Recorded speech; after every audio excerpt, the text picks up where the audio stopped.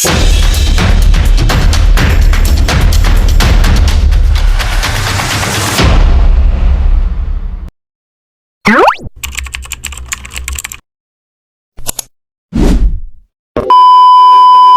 po mga ka-journey, isang mapagpalang gabi sa ating lahat. Ngayon po ay meron kaming pupuntahan ni Kuya Boknoy kasi kami ay bibili ng Boga. bomba. Ano? Bomba. Bomba. Sabi ni Dentin. Totoo kaya yun. Bibili tayo ng panghanda natin para bukas yung lamas ng biko at ng gelatin. So, samahan niyo po kami mga ka-journey sa aming pupunta. Tara, papa, sumama ka sa amin. Wakan mo ang ating pagmahal. Tayo ay maglalakbay.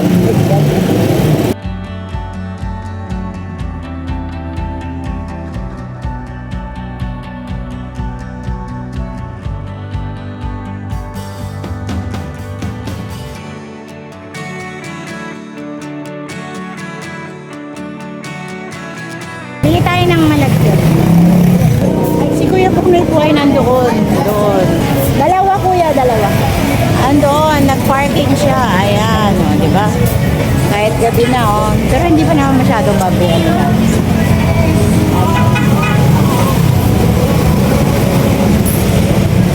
Gandara. Ayan, shoutout po sa mga taga-Gandara, sabi niya. Ayan. Anong pinito? Castellano? Shoutout po sa mga Castellano. Ayan. Sige, bye-bye. Salamat. Mga ka-journey, nagsishoutout sila. Diba? Gusto nila ng shoutout. Ayan. Kaya dito muna tayo kasi bibili naman tayo ng nyog. Ayan. Yes. Ayan.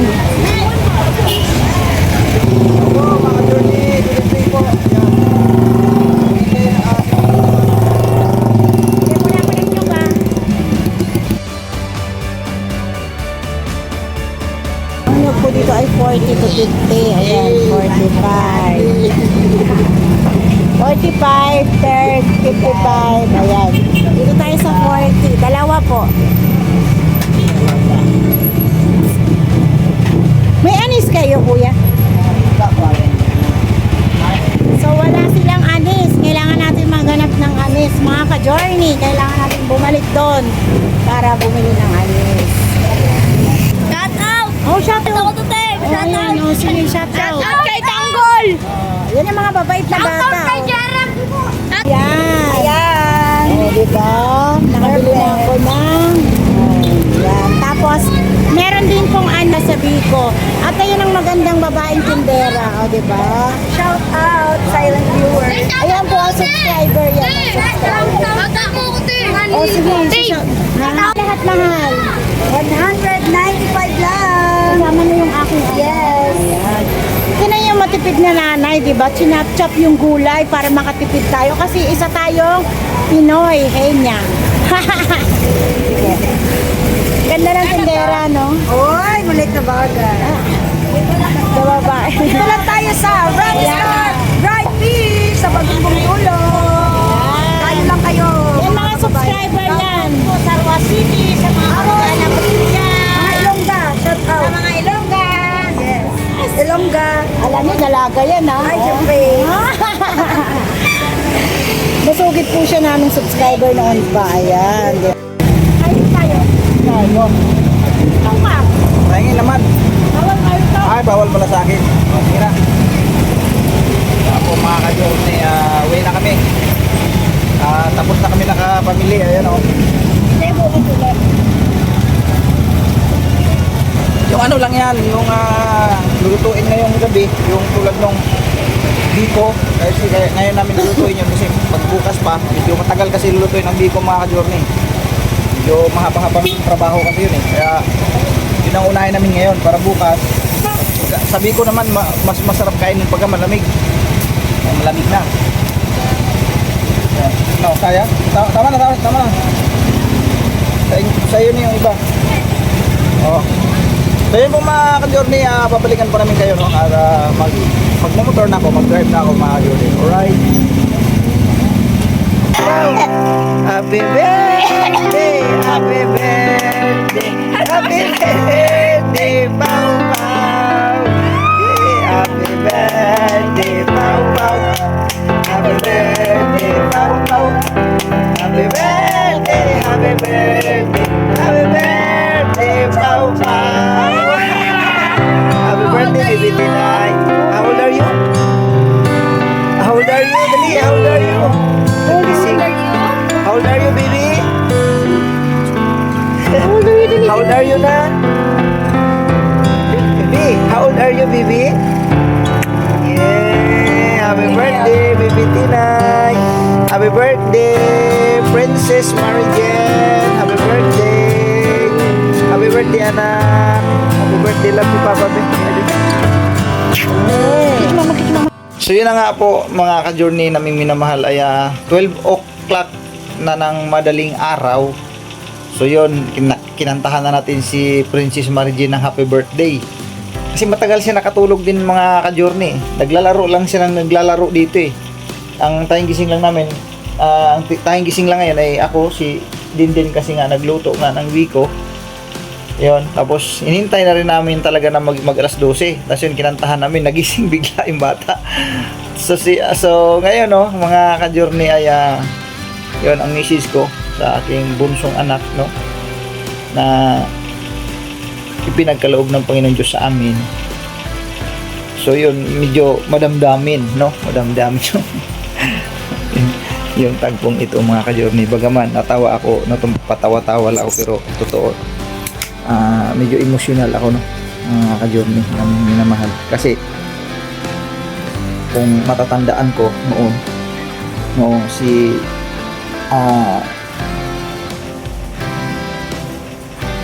Ate Mengs, nagsagsagan nung nasa bahay ako nagpapagaling, dahil nga nung time nga nagkasakit ako, andyan si Mengs nasikaso sa akin araw-araw. Then lumipas ng mga ilang buwan, hindi namin sukat akalain na magbunga pa ulit yung aming pagsasama, no. Magkaroon pa kami ng bunso, no. Yan na nga si Baby Tinay, si Princess Marijen. Hindi namin sukat akalain na darating siya sa buhay namin. So nagpapasalamat kami sa Panginoong Diyos higit sa lahat, siyempre, dahil hindi naman kagustuhan din talaga namin yan. Kagustuhan ng Ama yan, kagustuhan ng Panginoong Diyos na dumating siya sa buhay namin. So ngayon, siya ang nagsisilbing namin, stress reliever dito sa loob ng bahay.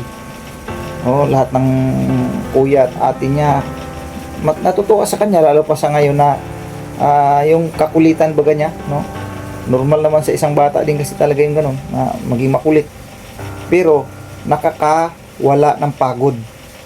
Yung kanyang kakulitan, nakakawala ng pagod. Yung lalo pa makita mo siya na ngumingiti, tumatawa. Tapos minsan naiinis siya dyan basta kung ano yung ginagawa niya sa araw-araw sa loob ng bahay.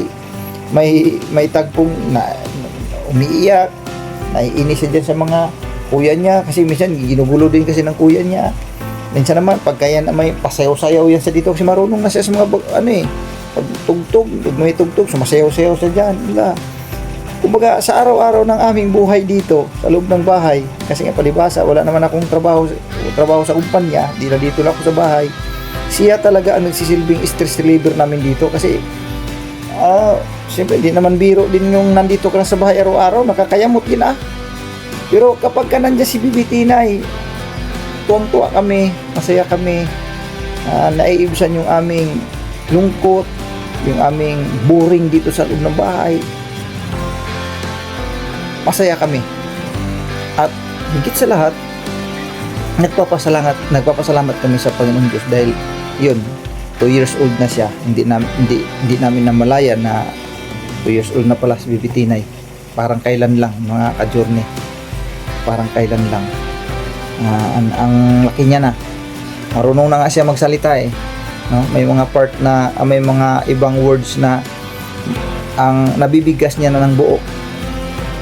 Then ang kinaano lang sa kanya kasi mahilig siya sa English speaking, palibhasa kasi yung kapanonood siguro niya ng sa cellphone, yung mga yung mga palabas sa mga pambata sa cellphone. Siyempre English ang karamihang pinapanood, natuto. Ganoon siya, natuto talaga siya sa mga English. At wala namang masama yun kung matuto sila sa ganun. So yun, masaya kami, no? Masaya kaming mag-anak nandito. Ngayon, kaarawan niya, as 12 ng madaling araw, January 17 na, 2026, 2 years old na si Princess Mary Jane. Princess Mary Jane, sana lumaki kang may banal na takot sa Panginoong Diyos. Lumaki kang malusog ang pangatawan, matalino. Lumaki kang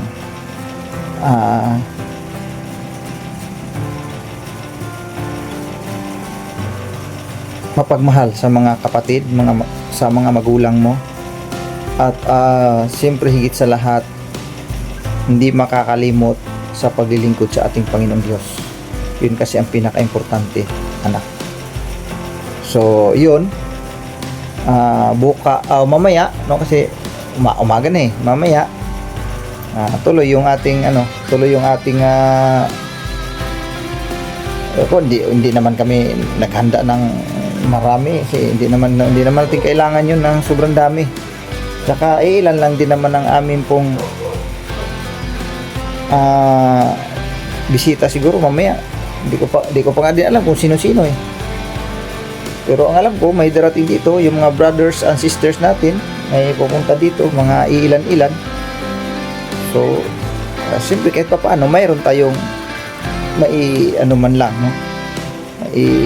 May lagay dyan sa lamesa baga. Mayroon tayong maipakain, no? So, yun. Yun lang naman. Mamaya pa ulit magluto kasi hindi naman nagluto ngayon agad-agad kasi siyempre ang sa pagkakaintindi ko ay sa bandang hapon pa naman. Sa bandang hapon pa naman yun mag-celebrate ng kaunti, no? Kaunti. Simpleng selebrasyon ika nga. Ang pinakamahalaga ay naisagawa natin, naipadama natin sa bata, bagaman yan ay hindi pa niya totally talaga naiintindihan ng mabuti. Pero darating ang isang araw ay maunawaan din niya yan kasi siyempre ito ay memory para sa kanya dahil nga ito ay naka-vlog o naka-video. So balang araw mapapanood niya itong mga ka-journey ay matutuwa yung bata. Ay ganun pala ako noon, pinaghandaan pala ako ni Papa, mayroon din siyang kaunting bisita. Hindi ba? Malaking kuan sa bata yun kumbaga kaligayahan ng bata yun pagdating ng araw na mapapanood niya muli yung mga kumbaga magto-throwback siya, no? Mga memories niya. May mga ganito palang tagpo noon, ganito pala ako kakulit noon. Yung mga ganun. So, yun. Hanggang mamaya siguro ng umaga, hindi ko alam kung ano pa yung ni Mengs, kung ano pa yung kanyang lulutuin. Pero ang pagkakaalam ko, kasi hindi natuloy na nga yung pato na inaasam-asam natin. So, manok na lang daw, sabi ni Mengs. So, mamaya, bibili tayo.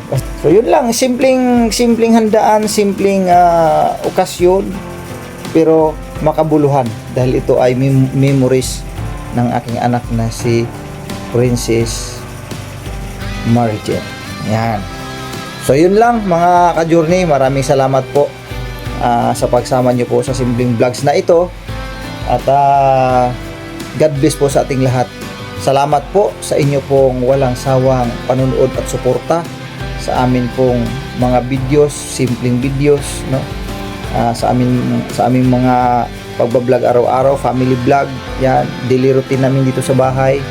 At siyempre may minsan-minsan nagkakaroon din tayo ng charity, no? Small charity o munting pagtulong. Mayroon din tayong mga ganoong vlog po mga ka-journey. So salamat po sa inyo pong suporta sa amin.